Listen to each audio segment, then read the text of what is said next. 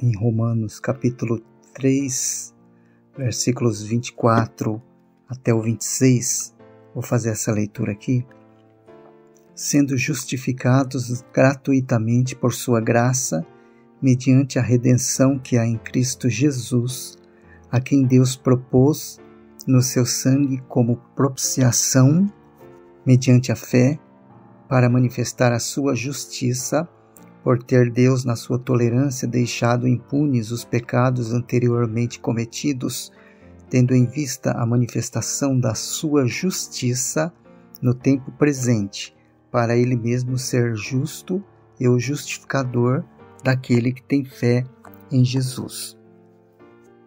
Esses termos que aparecem aqui relacionados à justificação, redenção, propiciação e reconciliação, que aparece no capítulo 5, versículo 11, tá? São todos os termos relacionados à justificação, e cada um deles merece ser estudados individualmente por ser de grande valor espiritual. Mas por causa da nossa limitação de tempo, faremos apenas um breve resumo deles nessa porção, amém? Começando com o primeiro aspecto da redenção, esse termo já foi definido em 1 Coríntios 6, versículo 20 e 1 Coríntios 7, versículo 23.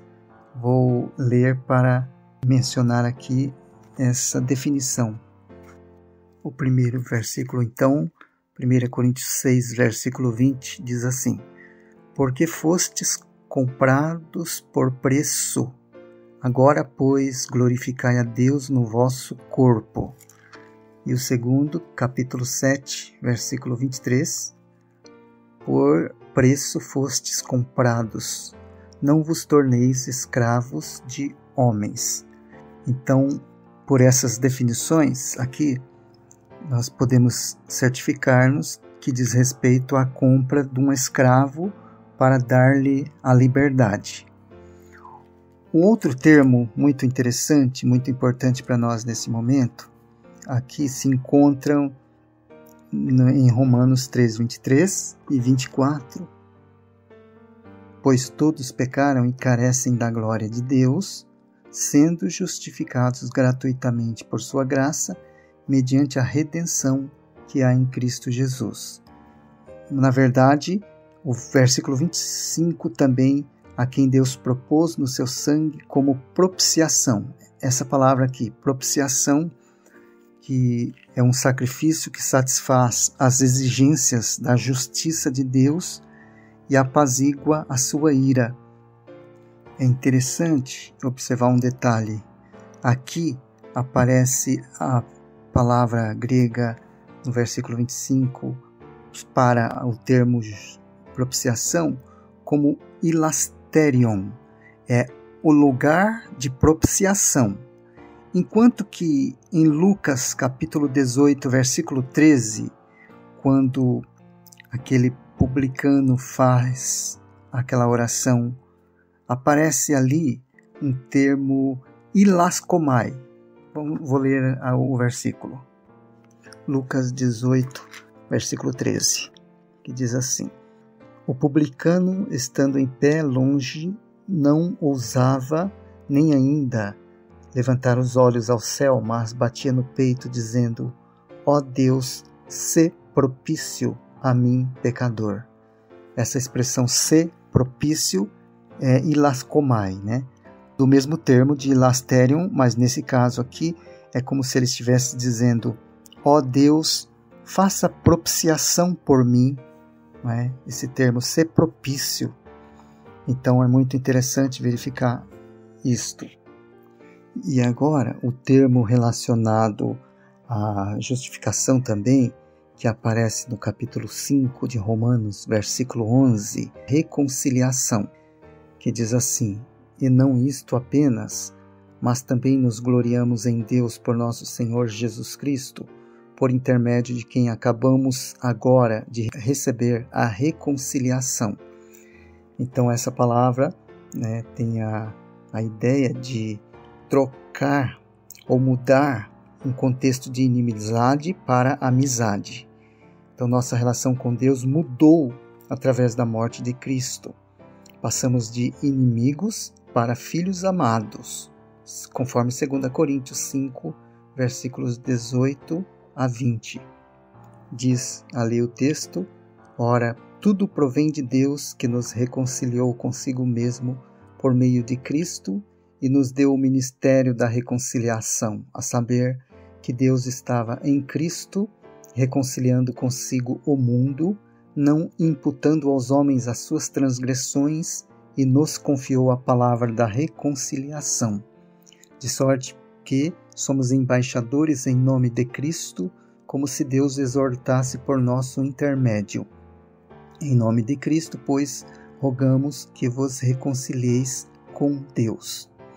É muito interessante essa frase, mas tudo provém de Deus. Isso se refere a todas as coisas positivas mencionadas nos versículos 14 até 21 deste texto que nós lemos. De que Deus é o originador e iniciador. Provém de Deus que Cristo tenha morrido para nos salvar da morte, de modo que vivamos para Ele.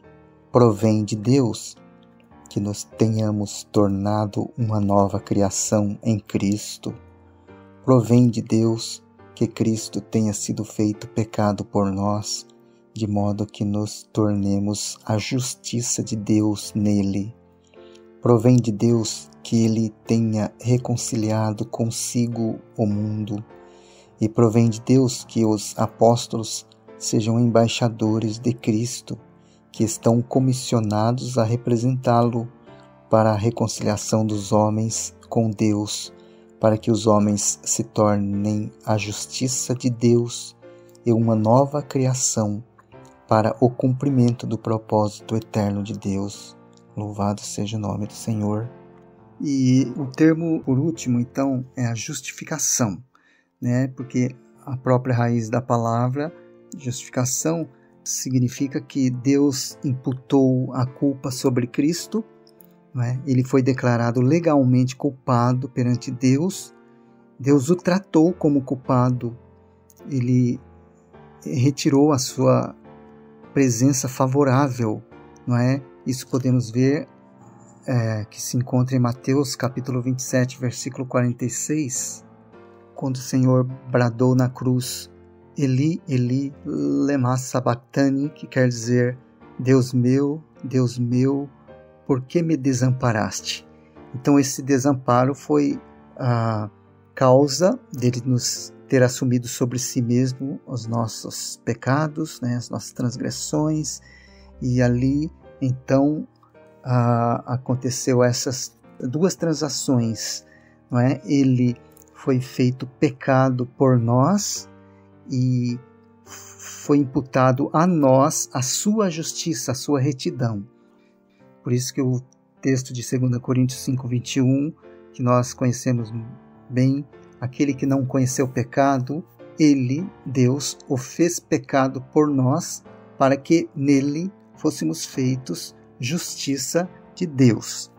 Então a justificação pela fé implica que nunca seremos aceitos diante de Deus na base do que fizemos, senão do que Cristo fez por nós. Justificados, pois, mediante a fé, tenhamos paz com Deus por meio de nosso Senhor Jesus Cristo. Romanos 5, versículo 1. E o resultado imediato, então, da justificação é a santificação contínua, não é? Para uma vida de boas obras que glorificam ao Senhor, conforme Ele mesmo declarou lá em Efésios capítulo 2, versículo 10, quando disse o apóstolo Paulo, né? Pois somos feitura dele, criados em Cristo Jesus para boas obras, as quais Deus de antemão preparou para que andássemos nelas. Esse é o resultado da nossa salvação, né? Da nossa justificação, enfim, pela graça do Senhor.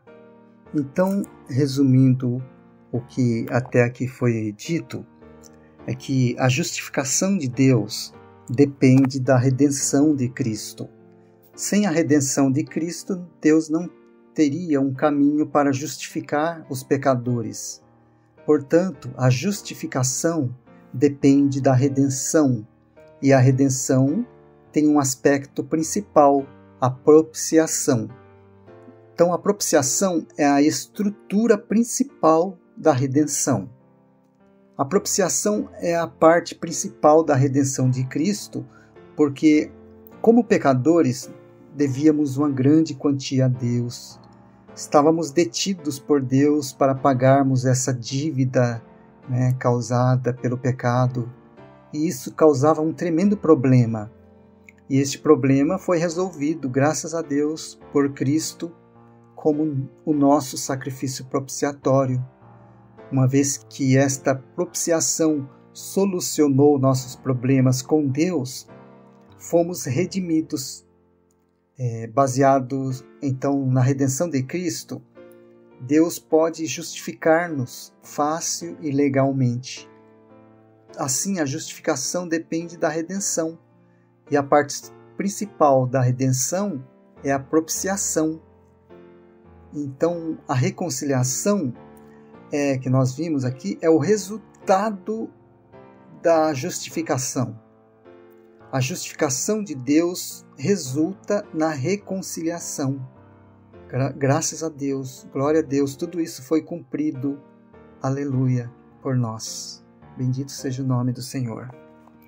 Nós podemos dizer que, embora não entendemos muito claramente estes termos na sua abrangência do que significa, mas podemos louvar ao Senhor, não é mesmo? Pois tudo foi cumprido, glória a Deus. Então, um termo para conclusão é que a justificação traz-nos a Deus. Na verdade, não somente nos traz a Deus, mas também para dentro de Deus. Fomos colocados em Cristo e Cristo agora vem morar em nós. Portanto, podemos ter o desfrute pleno de Deus em Cristo Jesus, né?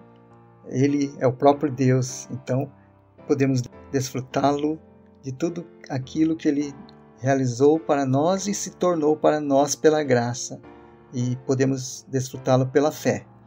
Um versículo que diz isso, que nós subentendemos, é Romanos 5:11, que diz assim: E não isto apenas, mas também nos gloriamos em Deus por nosso Senhor Jesus Cristo, por intermédio de quem acabamos agora de receber a reconciliação. Glória a Deus.